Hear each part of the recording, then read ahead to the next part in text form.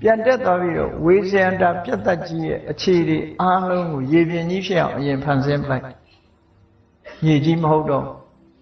အဲ့ဒီအချိန်မှာကျတော့ခဏလေးအလွယ်လေးနဲ့ဝေဇယန္တာပြတ်သက်ကြီးရမ်းခါသွားအောင်သူလှုပ်ရှားပြလို့ရတယ်ရေပေါ်မှာတည်နေတဲ့အရာဆိုအလွယ်တကူလှုပ်လို့ရတယ်အောက်ကမငြိမ်ဝဲကိုအဲ့ဒီလိုအစွမ်းတကူရှိတဲ့ပုဂ္ဂိုလ်တွေကလည်းပဲကဘာမြေကြီးကိုရေဖြစ်အောင်ဖန်ဆင်းလိုက်တဲ့အခါမျိုးမှာလည်းပဲငရင်လှုပ်သွားတာမျိုးတွေဖြစ်တတ်တယ်ဒါကတော့သူတို့စိတ်ကူးနဲ့လှုပ်တဲ့သဘောအဲ့ဒါမျိုးဟာဒုတိယငရင်လှုပ်ခြင်းရဲ့အကြောင်းတစ်မျိုးပဲလို့ရသော်ဗျာဒီလိုဟောတယ်ဟောနောက်တစ်ခုတတိယအကြောင်းတစ်ခုကဘာလဲလို့ဆိုရင်ပါရမီတမ္ပါရ